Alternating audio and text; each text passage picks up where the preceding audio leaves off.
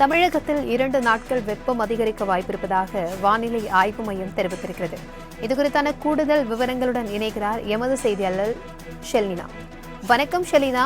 2 நாட்களுக்கு வெப்பம் அதிகரிக்கும் என்று வானிலை ஆய்வு மையம் தெரிவித்திருக்கிறது. எத்தனை டிகிரி செல்சியஸ் சென்னையில் பதிவாக வாய்ப்பிருக்கிறது? இது குறித்தான விவரங்களை பகிர்ந்துக்கோங்க.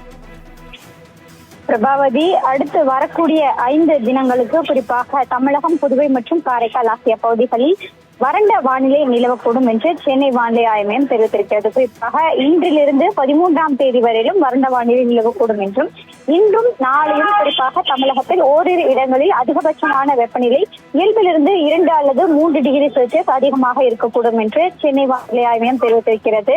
அடுத்த 48 மணி நேரத்தை பொறுத்தவரையில், அதாவது குறிப்பாக சென்னை மற்றும் புறநகர் சென்னை பகுதியை பொறுத்தவரையிலும் வானம் ஓரளவு மேகமூட்டத்துடன் காணப்படும் என்றும், அதிகபட்சமான வெப்பநிலை சென்னையில் 33 34 டிகிரி செல்சியஸ் மற்றும் குறைந்தபட்ச வெப்பநிலை 23 24 டிகிரி செல்சியஸை ஒட்டியிருக்கும் என்று தெரிவித்திருக்கிறார்கள்.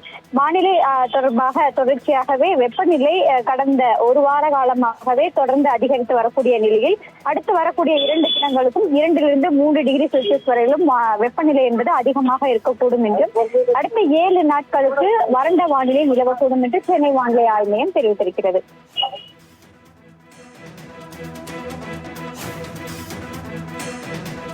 தகவல்களுக்கு நன்றி ஷெலினா.